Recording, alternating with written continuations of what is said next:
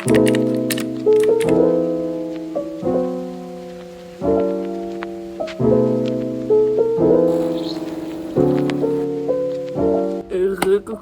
j'ai enfin fini les cours. Enfin, je dis j'ai enfin fini les cours, mais j'ai eu 2 heures de cours, j'ai eu 2 heures de italien. On travaillait sur un truc où j'étais pas là, enfin sur une éval où j'étais pas là, mais j'ai quand même... Comme je vous ai promis au début de la vidéo, j'avais envie de vous parler de mon organisation de 2025 parce que je suis quelqu'un qui adore de tout son cœur s'organiser et ça m'aide beaucoup dans mon quotidien. Donc j'ai décidé que cette année, on en profite vu que c'est une nouvelle année. J'adore les nouvelles années. Franchement, j'adore le climat de fin d'année comme ça et puis de pouvoir recommencer tout comme si tu recommençais à zéro en fait. Je tenais vraiment à faire cette vidéo pour, si jamais ça pouvait vous aider, vous inspirer et vous motiver pour la nouvelle année et aussi pour me motiver moi et montrer que une bonne organisation aussi ça peut bien fonctionner. Je vais vous raconter de A à Z comment je me suis organisée, sachant que bon, je vous raconterai comment j'ai organisé mon année 2025. Bref, maintenant passons à l'essentiel, le début du début.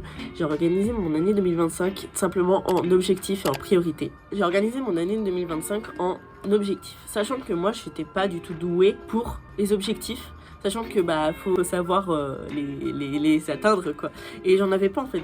Mon année 2024, j'en avais pas. J'avais quelques objectifs comme ça vite fait, mais c'était rien de concret. Là, j'ai des objectifs concrets pour 2025. Donc, pour commencer, moi, pour mes objectifs de 2025, en fait, j'ai séparé chaque domaine de ma vie différent. J'ai posé tout, voir comment tout était en fait sur une application du coup. Et j'ai fait ça en décembre. Et en fait, je me suis posé des questions et tout. Et en fait, j'ai séparé ma vie en 3 domaines. Qui, bien sûr, entre-temps, il y a des sous-parties, etc. Mais ça, c'est assez complexe. J'ai d'abord tout ce qui est scolaire, personnel, professionnel, donc tout ce qui est YouTube, réseaux sociaux, etc. J'ai séparé tout ça dans chaque domaine. J'ai créé en fait un objectif par sous-partie. Donc dans chaque domaine, j'ai maximum 3 sous-parties. Donc par exemple pour le personnel, j'ai la santé, le loisir et l'organisation. Donc santé, tout ce qui est sport, alimentation, etc. Sachant que je reste plus focalisée sur le sport vu que l'alimentation, je suis à l'internat et tout, donc je dois manger ce qu'il y a. Du coup, je reste plutôt... Mon objectif pour la santé reste plutôt tout ce qui est sport. Loisirs, donc lecture, dessin, piano, guitare, musique et tout. Et j'ai l'organisation. Donc l'organisation en soi, c'est un objectif assez simple. Donc c'est m'organiser toutes les semaines et tous les mois. Parce que moi, c'est quelque chose qui fonctionne très bien. Genre, tous les dimanches, je me pose genre 30 minutes, 1 heure pour me demander comment va se passer la semaine, ce que je veux, les objectifs et tout que je veux dans la semaine. Ensuite, pour le deuxième domaine de ma vie, en fait, j'ai la scolaire. Parce qu'en fait, j'ai organisé aussi par priorité. Donc, j'ai d'abord personnel, je reste prioritaire. Parce que sinon, je peux pas faire le reste. Et ensuite, j'ai scolaire. Donc, tout ce qui est notes et le bac de français de cette année.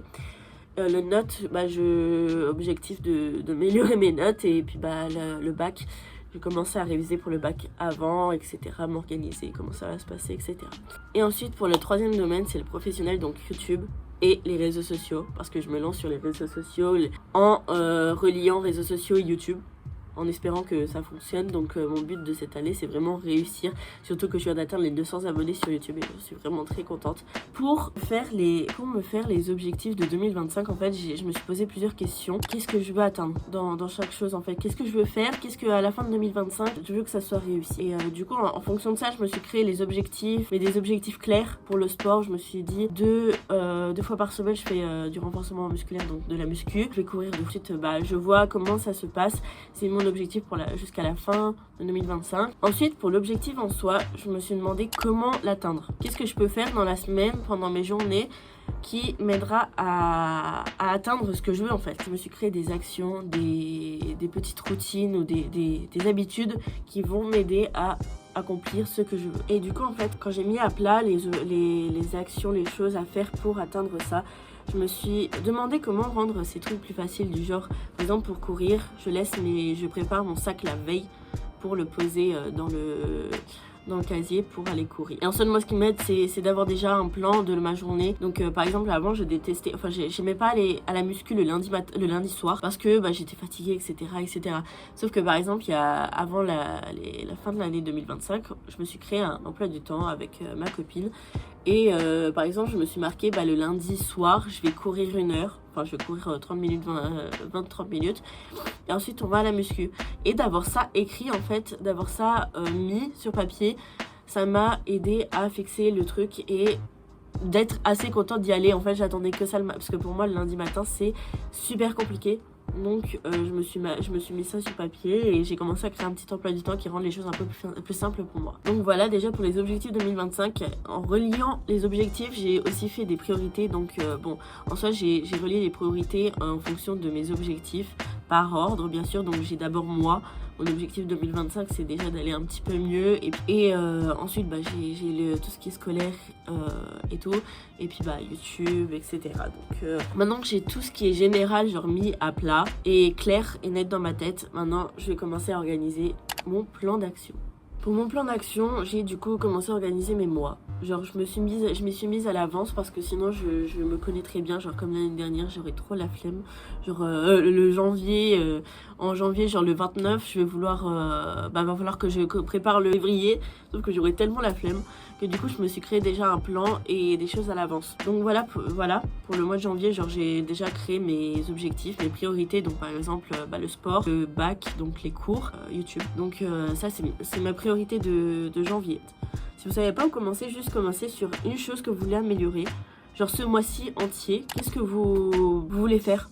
Qu'est-ce que vous voulez atteindre jusqu'à la fin de janvier 2025? Fin de ce mois-ci, vous avez atteint ça, ça vous aidera à vouloir améliorer plus de choses, à vouloir vous organiser. Donc, après avoir posé les objectifs, les priorités et des mois, bien sûr, je me suis créé, du coup, comme je vous ai dit, je me suis créé un plan.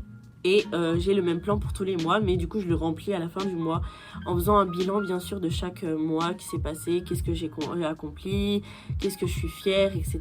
Qu'est-ce qu'il faut que j'améliore. Après ça, maintenant on passe du coup aux semaines. Parce que quand on a les mois, ensuite il va falloir les semaines, parce que c'est dans les semaines que vous allez organiser tout le plan d'action, toutes les petites actions qui vont vous permettre d'atteindre les objectifs de 2025, donc les objectifs du mois aussi. Bien sûr, il faut que tout ça ne vous mette pas de pression. J'ai une amie qui cherche à s'organiser et je l'ai aidée, sauf que je sais que elle, en fait, elle fonctionne pas comme moi. Donc elle, il faut que ça soit un petit peu plus simple. Et j'espère que d'ailleurs que tout ça soit clair pour vous et ça vous aidera quand même. Mais n'oubliez pas, faut pas que ce soit exactement pareil. Essayez d'adapter tout ce que je vous dis à vos façons et écoutez-vous, faites pas comme moi où l'année dernière je me suis pas du tout écoutée, je trouvais ça absolument aesthétique, du coup je voulais m'organiser que ce soit totalement aesthétique, sachant que non, ça fonctionne pas. C'est pas parce que c'est esthétique que c'est fonctionnel, faut que ça soit clair, simple et rapide. Du coup maintenant on passe aux semaines.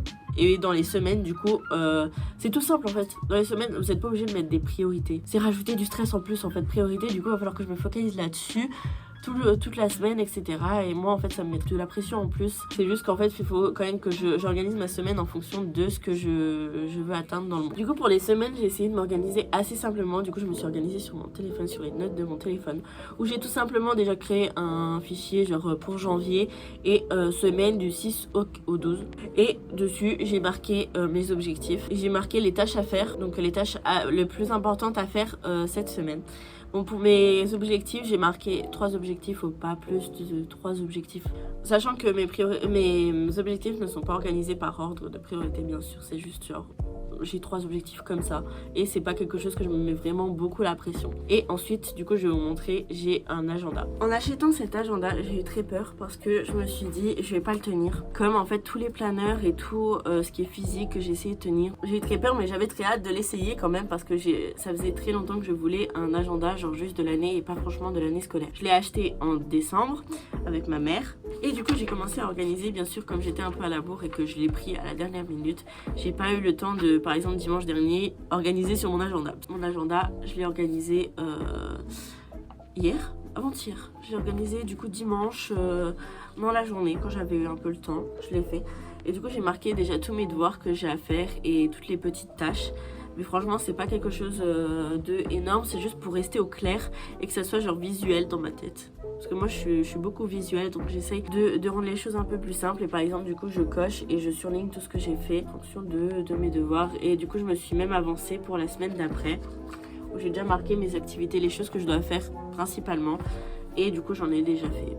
En soi voilà pour le principal, mais je vous ai vraiment clairement tout détaillé, sachant qu'il reste encore des choses du genre comment faire le bilan de sa semaine, et comment faire le bilan de son mois, réorganiser son mois, etc. Donc tout ça, c'est des choses que je peux faire à part et que je ferai dans d'autres vidéos si ça vous intéresse.